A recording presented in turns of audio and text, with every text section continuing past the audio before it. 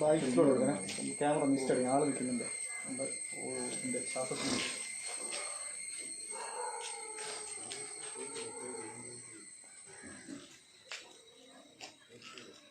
ശരി ശരി ശരി കേൾക്കാം.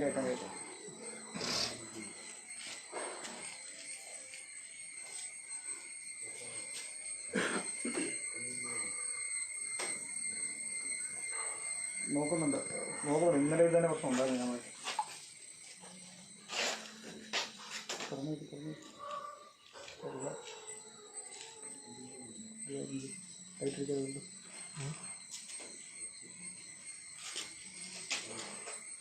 എങ്ങനെ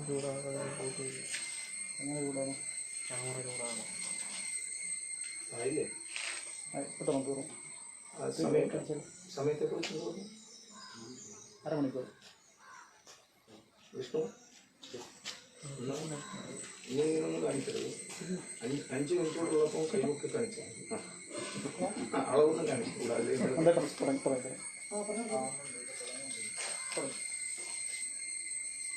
നമസ്കാരം. പ്രിയപ്പെട്ട ഹിന്ദുത്വാഭിമാനികളെ, ഹിന്ദുസ്ഥാനത്തിൻ്റെ വിശിഷ്ടമായ സംസ്കാരത്തിൻ്റെ അനുകർത്താക്കളെ, എല്ലാവർക്കും എൻ്റെ വിനീതമായ നമസ്കാരം. ഇന്ന് ഓഗസ്റ്റ് 2, സ്വാതന്ത്ര്യ ലബ്ധിക്ക് 13 ദിവസങ്ങൾക്ക് മുമ്പ് നടന്ന അതിദാരുണമായ ഒരു സംഭവത്തെ ഹിന്ദുത്വാഭിമാനികൾ, ദേശഭക്തർ അനുസ്മരിക്കുന്ന ദിനമാണ് ഇന്ന്. 1947 ഓഗസ്റ്റ് 2-ാം തീയതിയായിരുന്നു രാമസിംഹൻ എന്ന ഹിന്ദുത്വാഭിമാനി മലപ്പുറത്ത് കുടുംബസമേതം അതിദാരുണമായി കൊല ചെയ്യപ്പെട്ടത്. രാമസിംഹൻ, അദ്ദേഹത്തിൻ്റെ കുടുംബ വഴിയെ നോക്കിയാൽ 2 തലമുറയ്ക്കപ്പുറം അദ്ദേഹം ഹിന്ദുവായിരുന്നു. പക്ഷേ പിന്നീട് ഇസ്ലാമിക മതത്തിലേക്ക് പരിവർത്തനം ചെയ്യപ്പെട്ട ഒരു കുടുംബം. മലപ്പുറം, കോഴിക്കോട് മേഖലയിൽ അന്നേ നിലനിന്നിരുന്ന ഇസ്ലാമിക ഭീകരവാദം, മതപരിവർത്തനം, അതിൻ്റെ ഫലമായി ഒട്ടനവധി ആൾക്കാർ മതപരിവർത്തനം ചെയ്യപ്പെട്ടു. ആ കൂട്ടത്തിലൊരു കുടുംബമായിരുന്നു മലപ്പുറത്ത് കോടു ദേശത്തിൽപ്പെട്ട ഉണ്ണിയൻ സാഹിബ് എന്ന് പറയുന്ന പിൽക്കാലത്ത് രാമസിംഹനായ അദ്ദേഹത്തിൻ്റെയൊക്കെ കുടുംബം. സാധാരണ ഒരു കുടുംബമായിരുന്നെങ്കിലും പിന്നീട് കച്ചവടത്തിലൂടെയും മറ്റ് വ്യാപാരങ്ങളിലൂടെയുമൊക്കെ സാമ്പത്തികമായി വളരെ പുരോഗതി നേടിയ ഒരു കുടുംബമായിരുന്നു ഉണ്ണിയൻ സാഹിബിൻ്റെ. ഉണ്ണിയൻ സാഹിബും അദ്ദേഹത്തിൻ്റെ അനുജനായ അലിപ്പു സാമ്പത്തികമായി വളരെ മുന്നോട്ടായിരുന്നു. സാമാന്യ വിദ്യാഭ്യാസം നേടി. അതിനുശേഷം ബ്രിട്ടീഷ് ഭരണാധികാരികളുമായിട്ട്, പ്രദേശത്തെ ഉദ്യോഗസ്ഥന്മാരുമായിട്ട് വളരെ അടുത്ത ചങ്ങാത്തം ഈ ഉണ്ണിയൻ സാഹിബ് എന്ന ചെറുപ്പക്കാരന് ഉണ്ടായിരുന്നു. അതുവഴി തൃശ്ശൂരിലെ പാലപ്പള്ളി എസ്റ്റേറ്റ് ഉദ്യോഗസ്ഥനായി തീർന്നു.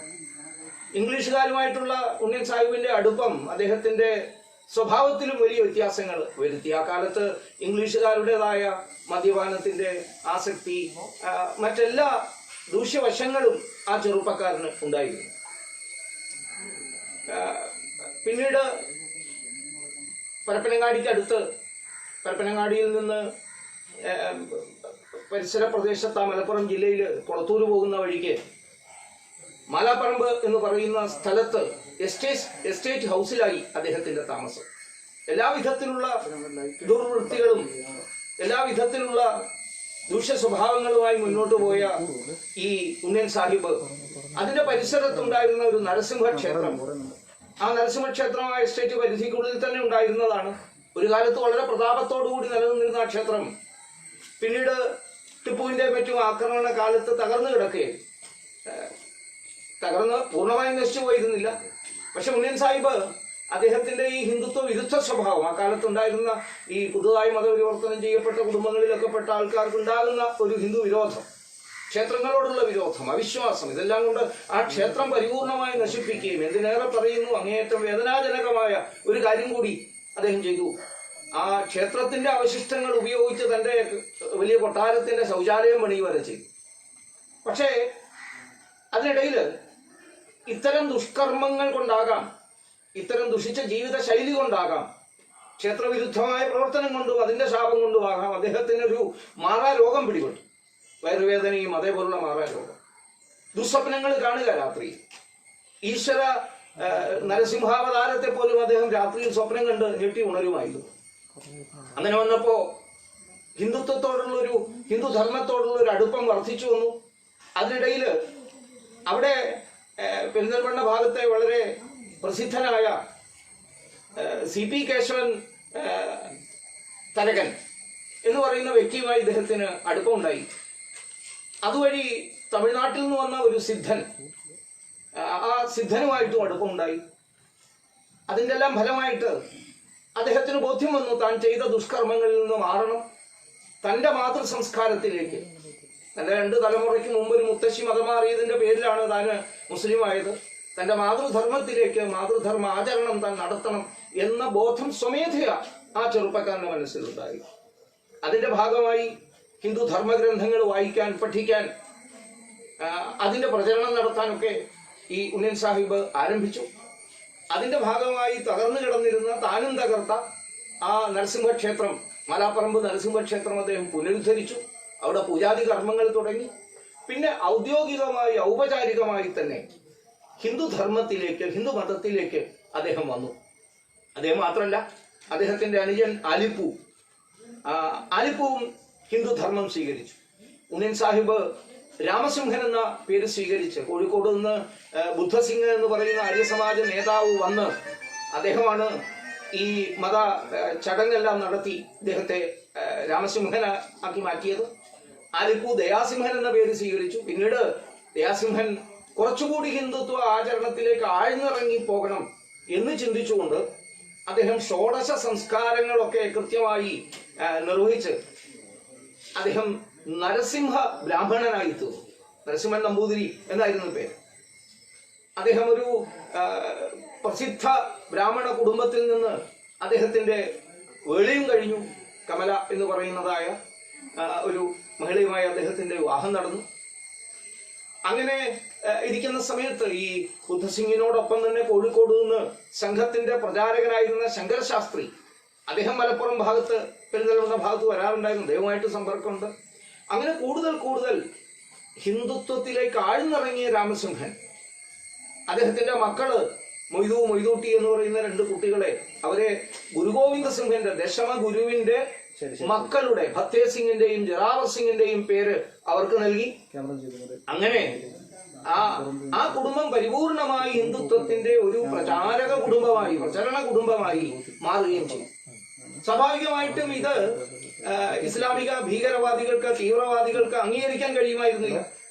അവര് അദ്ദേഹത്തിനെതിരായിട്ട് വലിയ ഗൂഢാലോചനകൾ നടത്തി. ആ ഗൂഢാലോചനയുടെ ഫലമായി ഒരു ദിവസം അദ്ദേഹത്തിന്റെ വീട്ടിൽ, ഈ മലാപ്പറമ്പിലുള്ള അദ്ദേഹത്തിന്റെ ആ എസ്റ്റേറ്റ് ബംഗ്ലാവിൽ ഒരു രാത്രിയിൽ കടന്നു കയറി രാമസിംഹനെയും അദ്ദേഹത്തിന്റെ അനുജൻ ദയാസിംഹൻ എന്ന നരസിംഹനെയും അവരുടെ ഭാര്യയെയും വീട്ടിലെ ജോലി ചെയ്യുന്നതായ വ്യക്തിയെയും അദ്ദേഹത്തിന്റെ സന്തത സഹചാരിയായ കേശവൻ തരകനെയും എല്ലാം വെട്ടി ദാരുണമായി കൊലപ്പെടുത്തി. ഇത് ഹിന്ദുക്കളെ സംബന്ധിച്ചിടത്തോളം വലിയ ഒരു ഞെട്ടലുളവാക്കിയ സംഭവമാണ്. എന്ത് ചെയ്യണമെന്നറിയാതെ ഹിന്ദു സമൂഹം നിന്നു. ആ വെട്ടിക്കീറി കൊലപ്പെടുത്തി ഇട്ടിരിക്കുന്ന ശവശരീരങ്ങൾ അർഹിക്കുന്ന ബഹുമാനത്തോടുകൂടി, ആദരവോടുകൂടി എടുത്ത് സംസ്കരിക്കാൻ പോലുമുള്ള ധൈര്യം മലപ്പുറം പ്രദേശത്തെ ഹിന്ദു സമൂഹ അംഗങ്ങൾക്ക് അന്ന് ഉണ്ടായിരുന്നില്ല. അവിടെ എടുത്തു പറയേണ്ട കാര്യം, ആ സന്ദർഭത്തിലും സംഘത്തിന്റെ ശാഖകൾക്ക്, രാഷ്ട്രീയ സ്വയംസേവക സംഘത്തിന്റെ ശാഖകൾക്ക് ഇത്രയേറെ എണ്ണമൊന്നും ഉണ്ടായിരുന്നില്ലെങ്കിലും ധീരനായ ശങ്കര ശാസ്ത്രി, നാഗപ്പൂരിൽ നിന്ന് കേരളത്തിൽ സംഘപ്രവർത്തനത്തിന് എത്തിയ ശങ്കര ശാസ്ത്രി, അദ്ദേഹം ഒറ്റയ്ക്ക് തന്നെ കോഴിക്കോട് നിന്ന് മലപ്പുറത്തെത്തുകയും അവിടെ ഈ ശവശരീരത്തിൽ എല്ലാവരുടെയും മുന്നിൽ വെച്ച് ധീരനായ അദ്ദേഹം വെള്ള പുതപ്പിച്ച് പോലീസിന്റെയും മറ്റും സാന്നിധ്യത്തിൽ ഹിന്ദു ആചാരപ്രകാരം ആ ശവശരീരം സംസ്കരിക്കുകയും ചെയ്തു. ഈ ദാരുണമായ സംഭവത്തിനെതിരായിട്ട് പറഞ്ഞു ഞാൻ പൊതു ഹിന്ദു സമൂഹത്തിനൊന്ന് ധൈര്യം ഉണ്ടായിരുന്നില്ല എന്തെങ്കിലും ചെയ്യാൻ. വേണ്ട വിധം കേസുകൾ നടത്താൻ പോലും അവർക്ക് അതിനുള്ള പാങ്ങുണ്ടായിരുന്നില്ല. കേസ് അന്വേഷണം പോലീസ് ഉദ്യോഗസ്ഥനായ കേശവ മേനോൻ സ്തുത്യർഹമാവണ്ണം നിർവഹിച്ചു എന്ന് തന്നെ പറയാം. അതിന്റെ ഫലമായി പ്രധാന പ്രതികളായ 12 പേരെയും ജീവപര്യന്തം തടവിന് ശിക്ഷിച്ചു. കേസിന് മുസ്ലിം ഭീകരവാദികൾ ആ കാലത്തെ കോൺഗ്രസ്സുകാരുടെ സഹായത്തോടു കൂടി, ഇവിടെ നമ്മൾ ഓർക്കേണ്ടത് ഈ ഇസ്ലാമിക ഭീകരവാദത്തെ പ്രീണിപ്പിക്കുന്ന നടപടി കോൺഗ്രസും കപട മതേതര രാഷ്ട്രീയ കക്ഷികളും ഈ അടുത്ത കാലത്ത് ആരംഭിച്ചതൊന്നുമല്ല. അത് എത്രയോ മുമ്പേ നമുക്കറിയാം. ഭാരത വിഭജനത്തിൽ കൊണ്ടുചെന്ന് എത്തിച്ചത് പോലും അത്തരം പ്രീണന രാഷ്ട്രീയമാണ്. അത് അന്നും നടത്തി.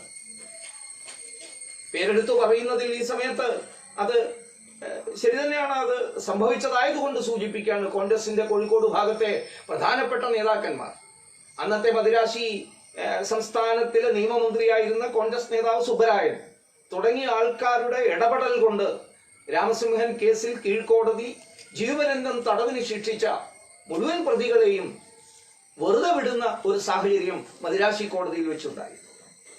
ഇത്തരം പ്രീണന രാഷ്ട്രീയം ഭാരതത്തിന് എത്ര കണ്ട് അപകടകരമായ ഒരു സ്ഥിതിവിശേഷമാണ് ഉണ്ടാക്കിക്കൊണ്ടിരിക്കുന്നത് എന്ന് ഇന്ന് നാം മനസ്സിലാക്കിക്കൊണ്ടിരിക്കുകയാണ്.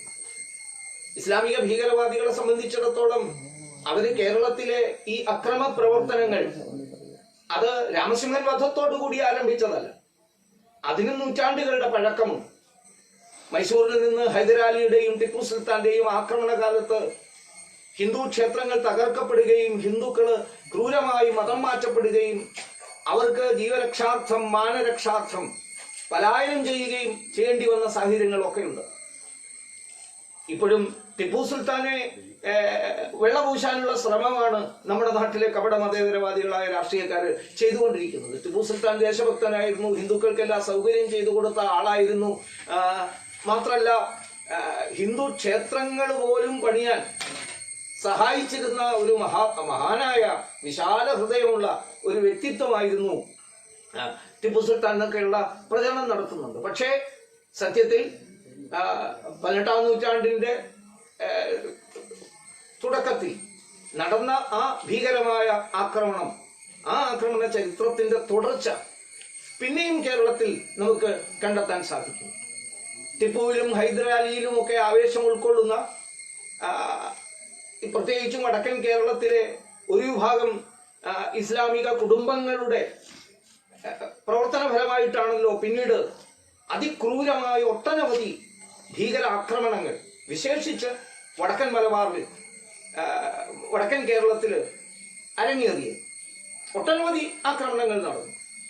അതിൻ്റെ ഒരു തരത്തിൽ പറഞ്ഞാൽ അതിശക്തമായ അതിക്രൂരമായ ഒരു സംഭവമായിരുന്നു 1921 മാപ്പിള കലാപം.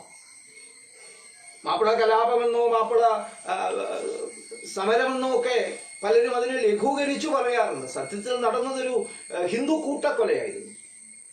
സ്വാതന്ത്ര്യ സമരത്തിന്റെ പേരിൽ, അതിന്റെ മറവിൽ ഭാരതത്തിൽ നടന്നുകൊണ്ടിരുന്ന സ്വാതന്ത്ര്യ സമരത്തിൽ നിന്നൊരു വിഭാഗം എന്ന നിലയിൽ, ഒരു സമൂഹം എന്ന നിലയിൽ മുസ്ലിങ്ങൾ മാറി നിൽക്കുന്നു എന്ന ആശങ്ക കോൺഗ്രസിലെ ഒരുപിടി നേതാക്കന്മാർക്കുണ്ടായി. ദേശഭക്തരായ സർവരും മതം നോക്കാതെ പങ്കെടുക്കുന്നുണ്ടായിരുന്നു സ്വാതന്ത്ര്യ സമരത്തിൽ. പക്ഷേ കോൺഗ്രസ് നേതാക്കന്മാർക്ക് ആശങ്ക ഇസ്ലാമിക വിഭാഗത്തിൽപ്പെട്ടവരുടെ കൂട്ടായ പങ്കാളിത്തം കിട്ടാൻ ഖിലാഫത്ത് ഉപകരിക്കും എന്ന്. ഖിലാഫത്ത് എന്ന പ്രസ്ഥാനത്തിന് ഭാരതവുമായി ഒരു ബന്ധവുമില്ല, അതെല്ലാവർക്കും അറിവുള്ളതാണ്. അത് തുർക്കിയിലെ ഖാലിഫയ്ക്കെതിരായിട്ട് 1ാം ലോക മഹായുദ്ധാനന്തരം ബ്രിട്ടീഷ് ഭരണാധികാരികൾ എടുത്ത നടപടിയെ എതിർക്കാൻ വേണ്ടി, അതിനോട് പ്രതികരിക്കാൻ വേണ്ടി ചെയ്ത ഒരു കാര്യം മാത്രമാണ്. ഖാലിഫയെ നിഷ്കാസനം ചെയ്തു ബ്രിട്ടീഷ് ഭരണാധികാരികൾ. കാരണം തുർക്കി ജർമ്മനിയോടൊപ്പമായിരുന്നു 1ാം ലോക മഹായുദ്ധത്തിന്റെ യഥാർത്ഥത്തിൽ.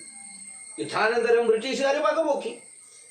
അതിനെതിരായിട്ട് ഖാലിഫയെ മത നേതാവിനെ, ആഗോള ഇസ്ലാം മത നേതാവാണ്, മത ആചാര്യനാണ്, ഒപ്പം അവരുടെ രാഷ്ട്രീയ നേതാവുമായിട്ടാണ് ഖാലിഫയെ അവർ കണ്ടിരുന്നത്.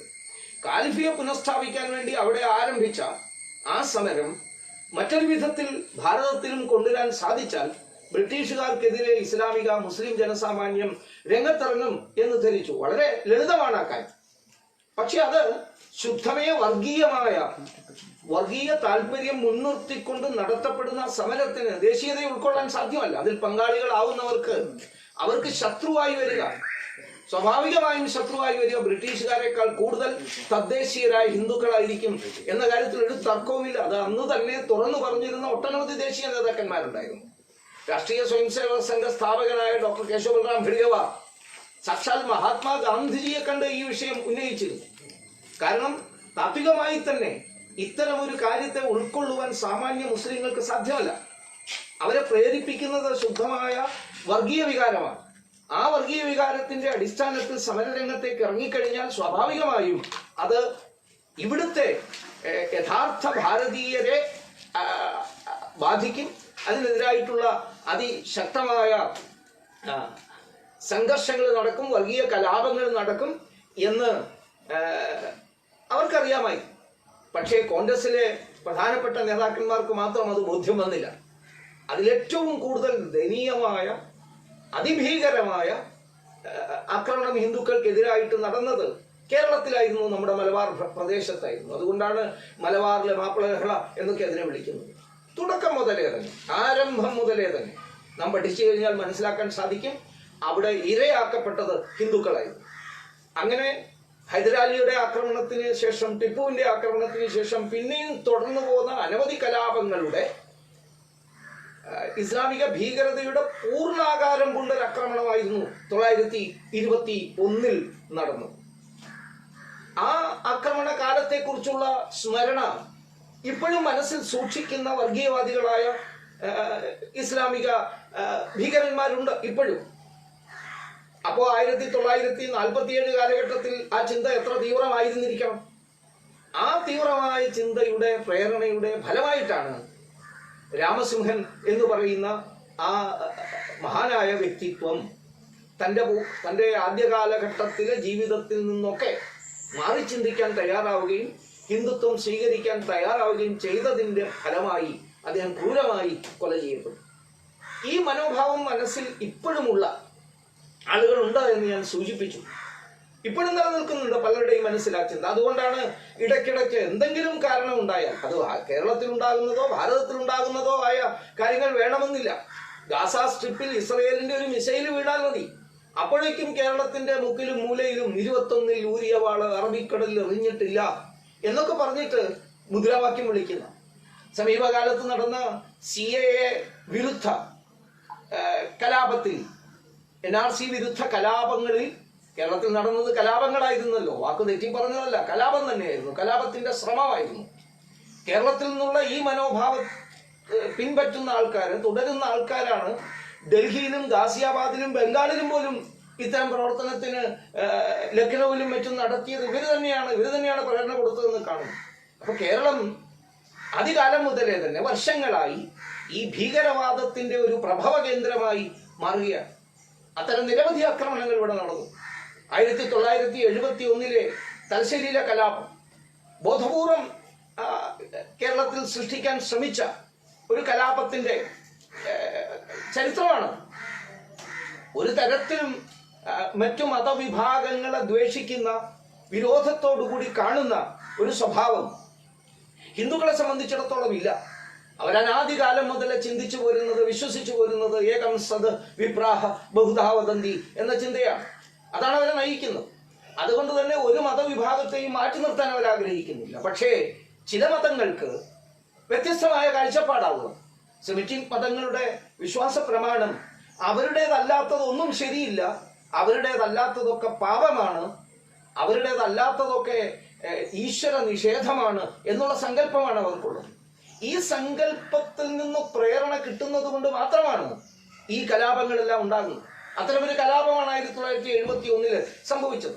ആ കലാപത്തിന്റെ കാരണക്കാരായ വ്യക്തികൾ ആര് എന്നതിനെ കുറിച്ചൊക്കെ നടന്ന അന്വേഷണം ആ അന്വേഷണം നടത്തുന്നതിന് വേണ്ടി ചുമതലപ്പെടുത്തിയ വിധേയത്തിൽ ജോസഫ് വിധേയത്തിൽ കമ്മിറ്റി റിപ്പോർട്ട്, ആ കമ്മീഷൻ റിപ്പോർട്ടിൽ വ്യക്തമായി സൂചിപ്പിക്കുന്നുണ്ട് ആരൊക്കെയാണ് ഈ ഹീനമായ പരിശ്രമത്തിന് പ്രേരണ നൽകിയവര് എന്ന്.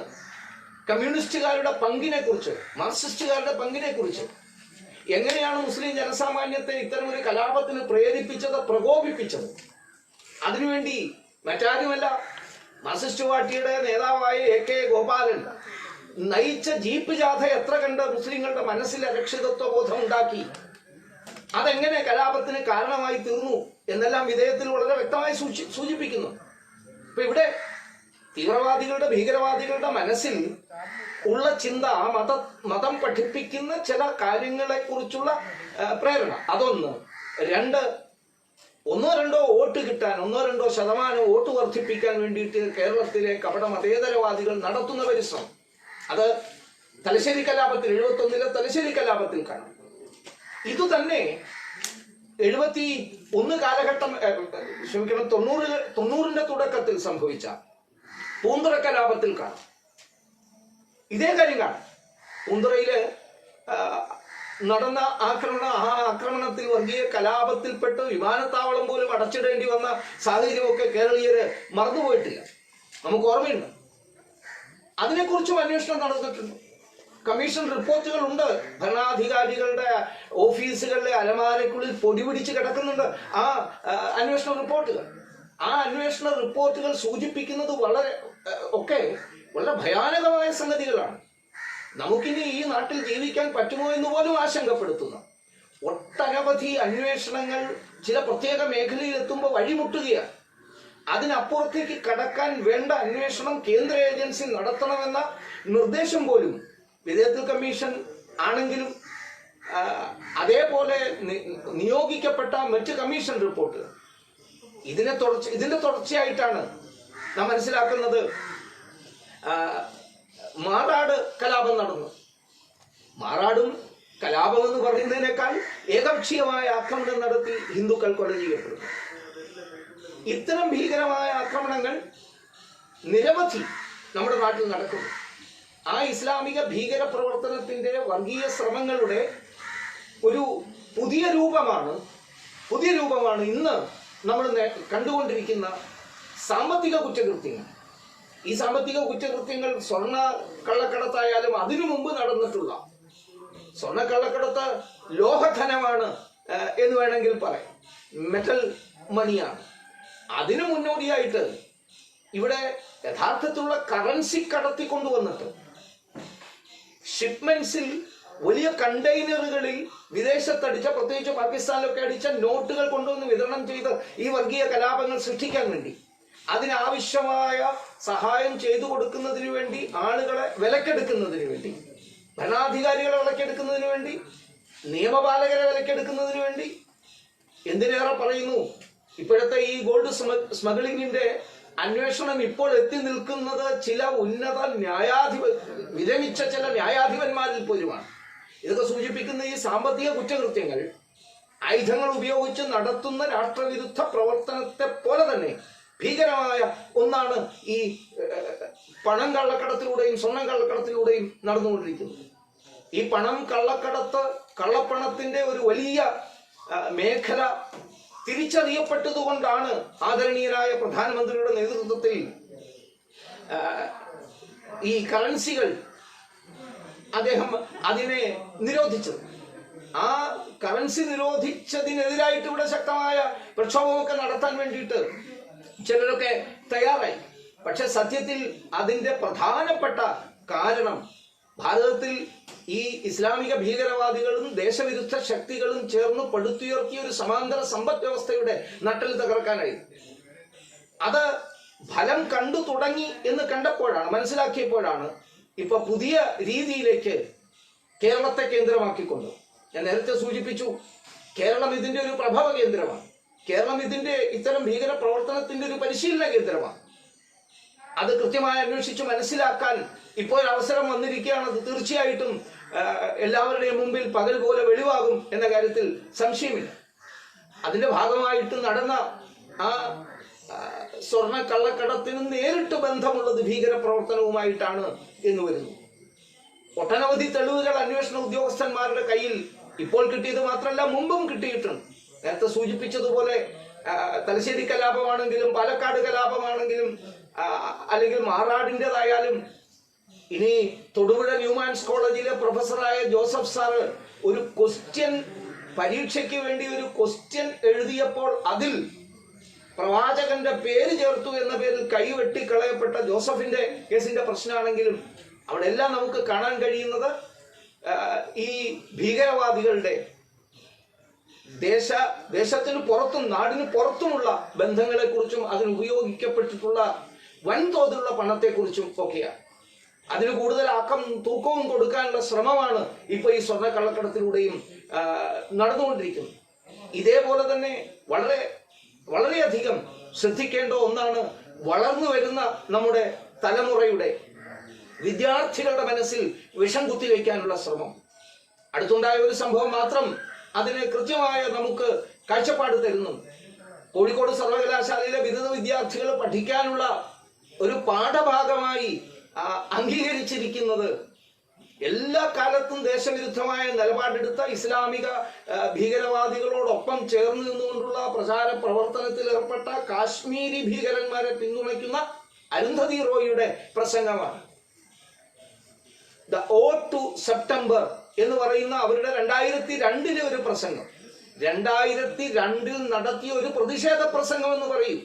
2002 ഓഡ് ടു സെപ്റ്റംബർ എന്ന് പറയുന്ന ആ പ്രസംഗം നടത്താൻ അവരെ പ്രേരിപ്പിച്ചത് ഒട്ടനവധി കാരണങ്ങളുണ്ട്. ആ കാലഘട്ടത്തിന്റെ അതിനോടുള്ള പ്രതികരണം എന്ന നിലയിൽ താത്കാലികമായി മാത്രം അവരെ സംബന്ധിച്ചിടത്തോളം പോലും ആർക്കും ഒരു പ്രസക്തി ഉള്ളതല്ല. അവരെ സംബന്ധിച്ചിടത്തോളം ഉള്ള പ്രസക്തി പോലും ആ കാലഘട്ടത്തെ കുറിച്ചാണ്. ആ പ്രസംഗത്തിൽ പരാമർശിക്കുന്ന പല കാര്യങ്ങളും അതിനുശേഷമുള്ള വർഷങ്ങളിൽ അപ്രസക്തമാക്കപ്പെട്ടതാണ്. ഒസാമ ബിൻ ലാഡന്റെ പ്രശ്നം, സദ്ദാം ഹുസൈന്റെ പ്രശ്നമൊക്കെ ഉന്നയിക്കുന്നുണ്ട്. അവരൊരൽപ്പം പരിഹാസ ചൊവ്വയോടുകൂടി ആ പ്രസംഗത്തിൽ ചോദിക്കുന്നുണ്ട്, ഒസാമ ബിൻ ലാഡനെ എന്ത് ചെയ്യാൻ സാധിച്ചു എന്ന്, സദ്ദാം ഹുസൈനെ എന്ത് ചെയ്യാൻ സാധിച്ചു എന്ന് ചോദിക്കുന്നുണ്ട്. അവരെന്തെങ്കിലും ചെയ്തതിന്റെ മേനി നടിക്കാൻ വേണ്ടിയിട്ടല്ല ഞാനിത് സൂചിപ്പിക്കുന്നത് അന്ന് ഉന്നയിച്ചതായ ആ കാര്യങ്ങൾ അവയൊന്നും പ്രസക്തങ്ങൾ പോലുമല്ല. സാർവകാലികമായ സാർവലൗകികമായ ഒരു പ്രസക്തിയുള്ള പ്രസംഗമേ അല്ല. അതുകൊണ്ടാണ് ഞാൻ നേരത്തെ സൂചിപ്പിച്ചത് 2002 ദ ഓഡ് ടു സെപ്റ്റംബർ എന്ന പ്രസംഗത്തിന് പ്രസക്തി ഉണ്ടാവാൻ സാധ്യതയുള്ളത് രാഷ്ട്രവിരുദ്ധരായ ഇസ്ലാമിക ഭീകരവാദികൾക്ക് മാത്രമാണ്. ബാക്കി ആർക്കും പ്രസക്തമല്ല ആ പ്രസംഗം. അത് പാഠഭാഗമായി ചേർത്തിരിക്കുക. അങ്ങനെയുള്ള പാഠഭാഗങ്ങൾ, അങ്ങനെയുള്ള പ്രസംഗങ്ങൾ പഠിക്കുന്നത് കുട്ടികളുടെ മനസ്സിൽ എത്ര കണ്ട് തെറ്റായ ചിന്തകൾ കൊടുക്കാൻ സഹായകരമായി തീരും എന്ന് നാം ചിന്തിക്കേണ്ടിയിരിക്കും. ഇതേപോലെ തന്നെയാണ് അൽ ഖ്വയ്ദയുടെ ഒരു ഭീകരവാദി അമേരിക്കൻ തടവിൽ, ഗുവാണ്ടനാമോയിൽ തടവിൽ കഴിഞ്ഞിരുന്ന, അവിടുന്ന് പിന്നീട് രക്ഷപ്പെട്ടു പോയ ആളെഴുതിയ ഒരു കവിത. ആ കവിതയും ഇതേപോലെ തന്നെ ഇതേ ഓ ടു സി എന്ന് പറയുന്നതായ ആ കവിത, ആ കവിതയും പാഠഭാഗമാക്കുവാൻ വേണ്ടിയിട്ടുള്ള ശ്രമം നടത്തുന്നു. ഇങ്ങനെ സാമ്പത്തികമായ കുറ്റകൃത്യങ്ങൾ, ആയുധങ്ങൾ ഉപയോഗിച്ചുള്ള ഭീകര പ്രവർത്തനങ്ങൾ, ബൗദ്ധിക മേഖലയെ ഒരർത്ഥത്തിൽ കൈപ്പിടിയിൽ ഒതുക്കി കുഞ്ഞുങ്ങളുടെ, വളർന്നു വരുന്ന വിദ്യാർത്ഥികളുടെ മനസ്സിനെ മലീമസമാക്കാൻ വേണ്ടി നടത്തുന്ന പരിശ്രമങ്ങൾ, ഇതിനെല്ലാം നാം ഗൗരവതരമായി കാണേണ്ടിയിരിക്കുന്നു. കേരളത്തിൽ ഈ ഭീകരവാദത്തിന് വളക്കൂറുള്ള മണ്ണ് ഉണ്ടാക്കിക്കൊണ്ട് ആ വളക്കൂറുള്ള മണ്ണ് ഉപയോഗിച്ച് ദേശത്തിലാകമാനവും അതേപോലെ ദേശത്തിന് പുറത്തു നിന്നും സഹായങ്ങൾ സ്വീകരിച്ചുകൊണ്ടുള്ള ഭീകരവാദ പ്രവർത്തനങ്ങൾ നടത്തുന്നു. ഉദാഹരണങ്ങൾ ഏറെയുണ്ട്, എല്ലാവർക്കും അറിവുള്ളതാണ്. അതുകൊണ്ട് ദേശഭക്തരായ ആളുകൾ കരുതിയിരിക്കേണ്ടിയിരിക്കുന്നു. കാർഗിൽ യുദ്ധാനന്തരം പാകിസ്ഥാന്റെ കാർഗിൽ കടന്നുകയറ്റത്തെ ഇന്ത്യൻ പട്ടാളം ധീരോദാത്തതയോടുകൂടി എതിർത്ത് പരാജയപ്പെടുത്തിയതിനു ശേഷം അവരുപേക്ഷിച്ചു പോയ ബങ്കറുകൾ ഇന്ത്യൻ പട്ടാളം തിരിച്ചു പിടിക്കുമ്പോൾ അതിൻ്റെ ഉള്ളിൽ നിന്ന് അവർക്ക് പ്രധാനപ്പെട്ട സാറ്റലൈറ്റ് ഫോൺസ്, അവിടെ ഉപയോഗിച്ചിരുന്ന ഭീകരന്മാരായ പാകിസ്ഥാൻ നേതാക്കന്മാർ ഉപയോഗിച്ചിരുന്ന സാറ്റലൈറ്റ് ഫോൺ കിട്ടുകയുണ്ടായി. ആ സാറ്റലൈറ്റ് ഫോൺ ഡീകോഡ് ചെയ്ത് നോക്കുമ്പോൾ ഞെട്ടിപ്പിക്കുന്ന വിവരമാണ് കേരളത്തെ സംബന്ധിച്ചിടത്തോളമെങ്കിലും ആ സാറ്റലൈറ്റ് ഫോണിൽ നിന്ന് കിട്ടിയത്. കേരളത്തിൽ നിന്ന് ആയിരക്കണക്കിന് കിലോമീറ്ററുകൾ ദൂരെ കാർഗിൽ മല അതിർത്തിക്കുള്ളിൽ നിന്ന് ഭാരതത്തിലേക്ക് വെടിയുതിർത്ത, ഡൽഹിയെ കീഴ്പ്പെടുത്താൻ വേണ്ടി ശ്രമിച്ച ഭീകരവാദികൾ ഉപയോഗിച്ച ഫോണിൽ നിന്ന് പോയിട്ടുള്ള സന്ദേശങ്ങളും വിളികളും 95% കേരളത്തിന്റെ വടക്കൻ ഭാഗത്തുള്ള ഒരു ജില്ലയിലേക്കാണ് എന്നാണ് അന്ന് കിട്ടിയ വിവരം. ഓപ്പറേഷൻ സർപ്പവിനാശ് എന്ന് പറയുന്ന ഒരു ഓപ്പറേഷൻ നടത്തിയുണ്ടായി. ആ ഓപ്പറേഷൻ നിന്നാണ് ഈ സാറ്റലൈറ്റ് ഫോണ് നമുക്ക് പിടികിട്ടിയത്. കാരണം കാർഗിലിന് ശേഷവും ആ ബങ്കറുകളിൽ കടന്നു വരാൻ വേണ്ടിയിട്ട് പാകിസ്ഥാനി ഭീകരന്മാർ ശ്രമിക്കുന്നു എന്നുള്ള വിവരം കിട്ടി. അതനുസരിച്ചാണ് ഇന്ത്യൻ പട്ടാളം ഇടപെട്ട് അവിടെ നിന്ന് ഇത്തരം സാമഗ്രികളൊക്കെ കിട്ടിയത്. അപ്പൊ ഇത് സൂചിപ്പിക്കുന്നത് എന്താണ് കാർഗിലിൽ കടന്നു കയറാൻ ശ്രമിച്ചവരോ വീണ്ടും ഭാരതത്തിലേക്ക് കടന്നു കയറാൻ ശ്രമിച്ച പാകിസ്ഥാനി ഭീകരന്മാർ ആരോടാണ് ഈ കേരളത്തിന്റെ വടക്കൻ ഭാഗത്തെ ഒരു ജില്ലയിൽപ്പെട്ട ആളിനോട് എന്ത് സന്ദേശമാണ് കൈമാറിയിരിക്കുന്നത്? ഇത് വ്യക്തമാണ്. നമ്മുടെ കേരളം ഭരിക്കുന്ന ഭരണാധികാരികൾക്കൊക്കെ ഇതറിയാം. പക്ഷേ ആ സത്യം തുറന്നു പറയാനോ അന്വേഷണം നടത്തി അത്തരം കുറ്റകൃത്യം നടത്തിയ ആൾക്കാർ ആരൊക്കെയാണ് എന്ന് അവരെ വെളിച്ചത്ത് കൊണ്ടുവരാനോ തയ്യാറാവുന്നില്ല എന്നതാണ് സത്യാവസ്ഥ. ഈ നാട്ടിലെ നല്ലവരായ ദേശഭക്തരായ സംസ്കാരാഭിമാനികളായ ജനങ്ങൾ ഒറ്റക്കെട്ടായി ഉയർന്നു വരേണ്ട അവസ്ഥയാണ്. നമുക്കറിയാം, നമ്മുടെ ചുറ്റുപാടിൽ നിന്ന് ഭയാനകമായ ഒരു ഭീതി പരത്തുന്ന വിധത്തിൽ COVID-19 ആക്രമണം നടന്നുകൊണ്ടിരിക്കുകയാണ്.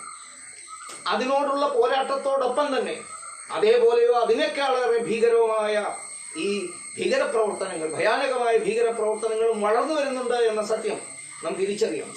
അതിൻ്റെ ഒരു ജാഗരൂകത എല്ലാ വിഭാഗം ജനങ്ങളിലും ഉണ്ടാകാൻ കഴിയണം. ടിപ്പുവിലൂടെ, ഹൈദരാലിയിലൂടെ ആരംഭിച്ച് ഹിന്ദു കൂട്ടക്കൊല 1921 കൂട്ടക്കൊലയിലൂടെ വളർന്ന് രാമസിംഹൻ കൊലപാതകത്തിലൂടെ, അറുങ്കൊലയിലൂടെ മുന്നോട്ട് വന്ന് ഇന്ന് സ്വർണ്ണ കള്ളക്കടത്തിൽ എത്തി നിൽക്കുന്ന ഈ ഭീകരപ്രവർത്തനം കേരളത്തിന്റെ ഭാവിക്ക് അതിഭയാനകമായ ഭീഷണി ഉയർത്തുന്ന ഒന്നാണ് എന്ന് നാം തിരിച്ചറിയുക. ഹിന്ദു ജനസാമാന്യം, എല്ലാ വിഭാഗം ജനങ്ങളും, മതം നോക്കാതെ തന്നെ എല്ലാ വിഭാഗം ജനങ്ങളും ഒറ്റക്കെട്ടായി നിന്ന് ഈ ഭീകര പ്രവർത്തനങ്ങളെ എതിർത്ത് പരാജയപ്പെടുത്തണം എന്ന് ആത്മാർത്ഥമായി ആഗ്രഹിച്ചുകൊണ്ട്, പ്രാർത്ഥിച്ചുകൊണ്ട് എൻ്റെ ഈ വാക്കുകൾ ഉപസംഹരിക്കുന്നു. ധീരനായ രാമസിംഹന്റെയും ദയാസിംഹന്റെയും സ്മരണകൾക്ക് മുന്നിൽ ഹൃദയത്തിന്റെ ആഴത്തിൽ നിന്ന് സ്മരണയുടെ പുഷ്പാഞ്ജലി നടത്തി ഞാൻ എൻ്റെ വാക്കുകൾ ഉപസംഹരിക്കുന്നു. ജയ് ഭാരത്, ജയ് ഹിന്ദ്.